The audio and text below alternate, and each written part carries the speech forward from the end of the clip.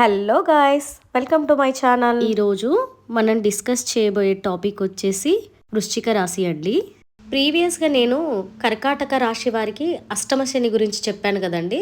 దాంట్లో మన సబ్స్క్రైబర్ వచ్చేసి వృశ్చిక రాశి గురించి కూడా చెప్పమని చెప్పేసి అడిగారండి. డెఫినెట్లీ అండి, మనం దాని గురించి డిస్కస్ చేద్దాం. ఇక్కడ మీరు వృశ్చిక రాశి అష్టమ శని అని రాశారండి.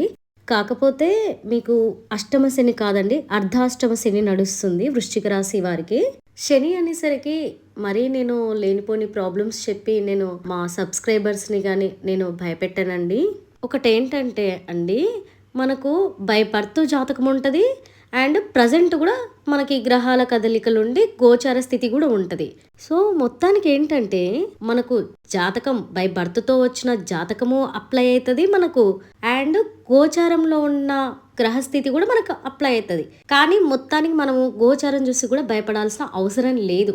ఎందుకంటే మనకి మహర్దశలు నడుస్తాయి, అంతర్దశలు నడుస్తాయి, అక్కడో గ్రహస్థితి, మళ్ళీ మన గోచారంలో గ్రహస్థితి, అన్ని ప్లానెట్స్ అన్ని గోచారం బేస్ చేసుకొని మన జన్మాన్ని బేస్ చేసుకొని ఇవ్వాలి. కాబట్టి ఒకే దానికి మనం భయపడాల్సిన అవసరం అయితే లేదు.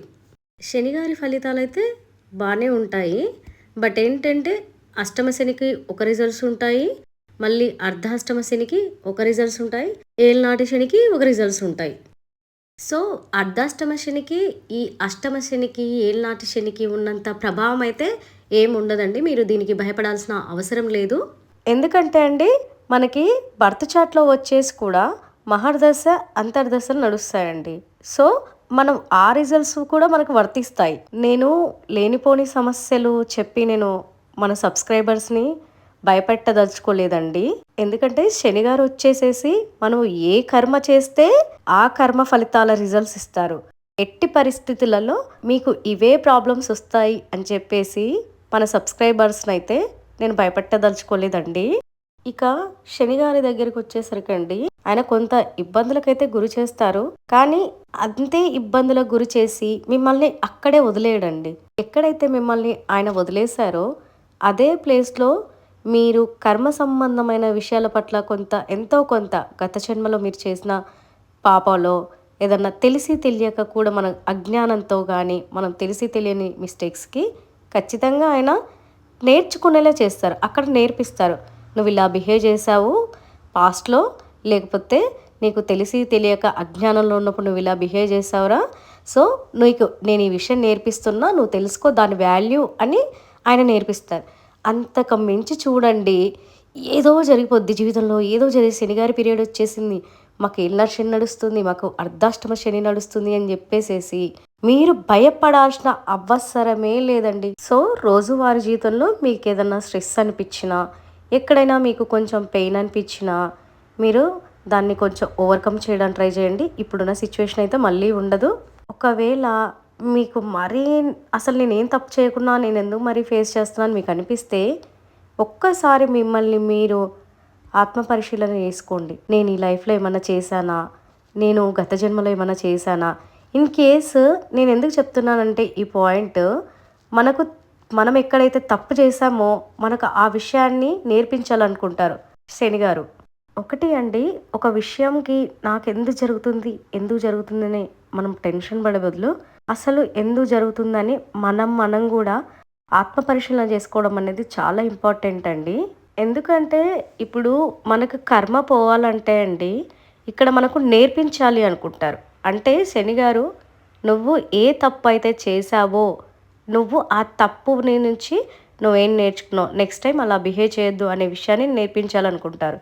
సో ఆయన కష్టపెట్టి ఇబ్బంది పెట్టే బదులు ఫస్ట్ అంత కఠినంగా నేర్చుకునే బదులు ఫస్ట్ మనల్ని మనం తెలుసుకున్నాం అనుకోండి, ఓకే నేను ఇక్కడ ఇలా తప్పు చేశాను, చిన్న చిన్న మిస్టేక్స్ చేశాను, సో సారీ, నేను తెలుసో కానీ తెలియకనో కానీ నేను ఇలా హర్ట్ చేశాను, ఇలా ఇబ్బంది పడ్డారు నా వల్ల, లేకపోతే నేను పాస్ట్ లైఫ్లో అయినా చిన్న తప్పు చేసి ఉంటే ఐఎమ్ సో సారీ అని చెప్పేసేసి మీరు దేవుడి ముందు సారీ చెప్పేసుకోండి.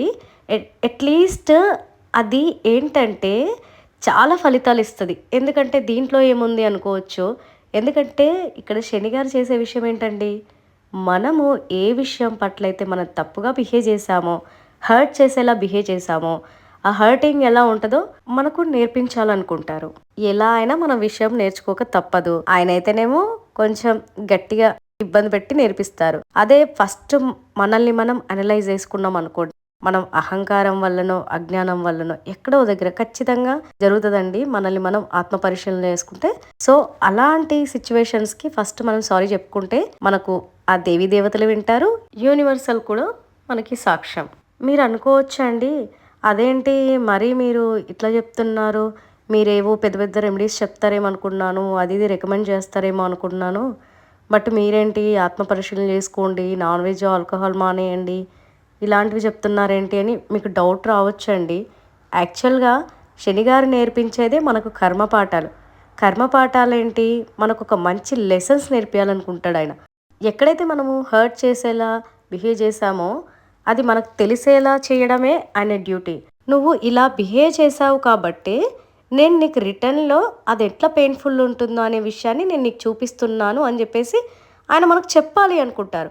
సో చెప్పాలి, మనకు తెలియాలి అంటే ఏంటి, మనకు ఒక విషయం తెలియాలంటే ఖచ్చితంగా అక్కడ ఏ రెమెడీసో ఏదో పెద్ద పెద్ద హోమాలు చేస్తేనే కాదు కదండి. మనకు ఒక విషయం తెలియాలంటే ఫస్ట్ మనకు ఆ సెన్స్ అనేది మనకు అవసరం పడుతుంది. అంటే మనం అక్కడ మన బుద్ధిని యూజ్ చేయాల్సి వస్తుంది. ఫర్ ఎగ్జాంపుల్, మనం ఒక కార్ డ్రైవింగ్ చేస్తున్నామండి. కార్ డ్రైవింగ్ చేస్తున్నప్పుడు మనకు ఒక డాగో లేకపోతే స్నేకో ఎదురొచ్చింది అనుకుందాము. అయితే ఆ చుట్టుపక్కల ఒక్కరు కూడా లేరు.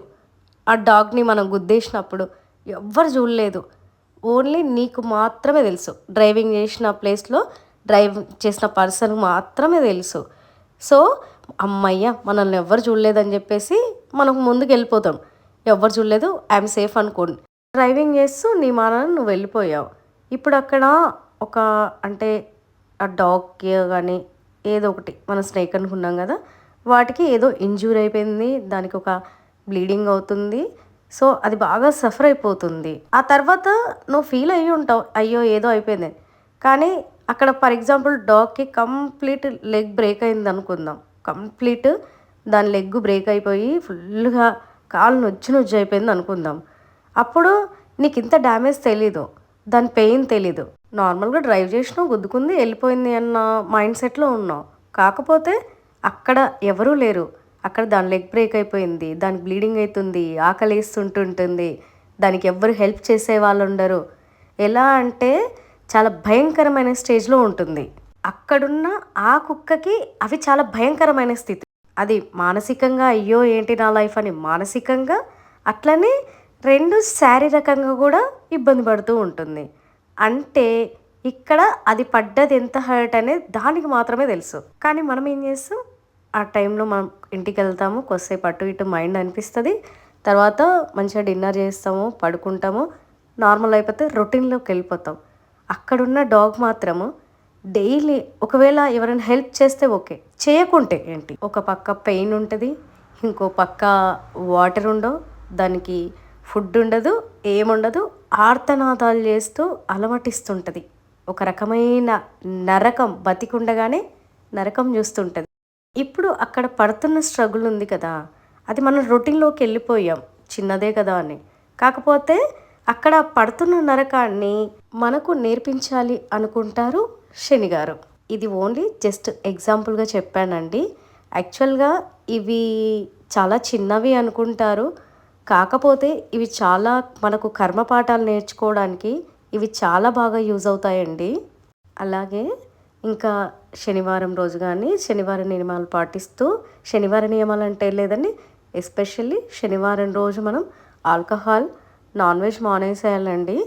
మీకు మరీ ఓపిక ఉంటాయండి, మీరు ఈ శని దశలో మొత్తం మానేసినా కూడా చాలా మంచి రిజల్ట్స్ ఉంటాయండి. ఇంకా మీకు ఒకవేళ వీలుంటే, మీకు ఓపిక ఉంటాయండి, కొంచెం శివుడికి అభిషేకం చేసే ప్రయత్నాలు చేయండి, ఖచ్చితంగా చాలా మంచి రిజల్ట్స్ చూస్తారు మీరు. మనల్ని ఆ కర్మ ప్రభావం నుంచి కొంచెం గట్టెక్కిస్తారు శివుడు మనల్ని. ఇక ఈ వృశ్చిక రాశి వారికి వచ్చేసి అర్ధాష్టమ శని దశ ఎప్పుడైపోతుందంటే అండి, వీళ్ళకి 2025 మార్చి 29 రోజున శనిగారు వచ్చేసి మీనరాశిలోకి వెళ్తారండి. 2023 జనవరి 17న కుంభరాశిలోకి వచ్చిన శనిగారు 2025 మార్చి 29 రోజున ఆయన మీనరాశిలోకి వెళ్తారు.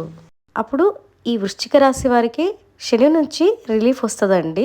ఓన్లీ వృశ్చిక రాశి వారికే కాదండి, అర్ధాష్టమ శని నడుస్తున్న వృశ్చిక రాశి వారికి, అలాగే ఏళ్నాటి శని నడుస్తున్న కుంభరాశి వారికి, అలాగే అష్టమ శని నడుస్తున్న కర్కాటక రాశి వారికి, శని దశ నడుస్తున్న కొన్ని రాశులకి ఖచ్చితంగా ఉపశమనం అయితే వస్తుంది. ఇది అండి ఇవాల్టి వీడియో. ఐ థింక్ ఈ వీడియో మీకు కొంచెం డిఫరెంట్గా అనిపించుండొచ్చు. ఎందుకంటే అండి పెద్ద పెద్ద రెమెడీస్ చేసి ఇబ్బంది పెట్టే బదులు మన హ్యాండ్లో కూడా కొన్ని ఉంటాయండి. వాటిని మనం కొంచెం కంట్రోల్ చేయగలిగితే అండి డెఫినెట్లీ మనం మంచి పాజిటివ్ రిజల్ట్స్ అయితే చూస్తామండి. ఫస్ట్ ఎందుకంటే ప్రతి ఒక్కరికి ఎక్స్పెన్సివ్ ఖర్చు అనేది పెట్టుకోలేరండి. కొన్ని మన హ్యాండ్లో ఉండే రెమెడీస్ కూడా ఉంటాయి. మన వల్ల ఎంత పాసిబుల్ అవుతుందో మన హ్యాండ్లో ఉండే రెమెడీస్ ఖర్చు లేకుండా మన వల్ల ఏది మాత్రమే నేను చెప్పాలి అనుకున్నానండి. ఇప్పుడు నేను చెప్పిన రెమెడీస్ ఏంటంటే, ఒకటి నాన్ వెజ్, ఆల్కహాల్ అనేది మనం ఆల్రెడీ అష్టమ శనిలో చెప్పాము, ఎందుకంటే శని రెమెడీస్ అన్నీ సేమ్ కదండి.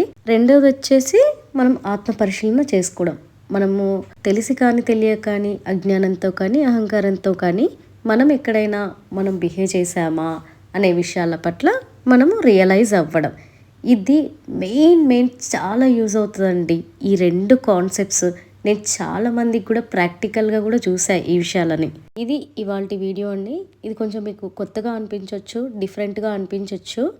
కాకపోతే మనకి ప్రతి ఒక్కరు ఖర్చులు పెట్టుకోలేరు కదండి, ప్రతి ఒక్కటి ఇది చేయలేరు.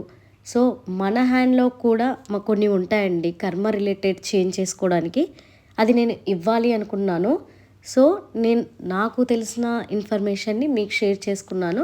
మీకు ఈ వీడియో నచ్చితే దయచేసి లైక్ చేయండి, షేర్ చేయండి, కామెంట్ చేయండి. ఎవరైతే ఈ వీడియో చూస్తున్నారో దయచేసి ఛానల్ని సబ్స్క్రైబ్ చేసుకోండి. అలాగే పక్కనే ఉన్న బెల్ ఐకాన్ క్లిక్ చేయండి. నేను చేసే వీడియోస్ మీకు నోటిఫికేషన్లో వస్తాయి. మరిన్ని ఇంట్రెస్టింగ్ వీడియోస్, ఇంకా ఏవైనా విషయాలు మనకు డౌట్స్ ఉన్నాయి, ఖచ్చితంగా మంచి విషయాలను మనం డిస్కస్ చేసుకుందాము. థ్యాంక్ యూ అండి. Thanks for watching. మీరు ఇలాగే నాకు మీ సపోర్ట్ ఇవ్వాలని నేను అనుకుంటున్నాను. Thank you very much.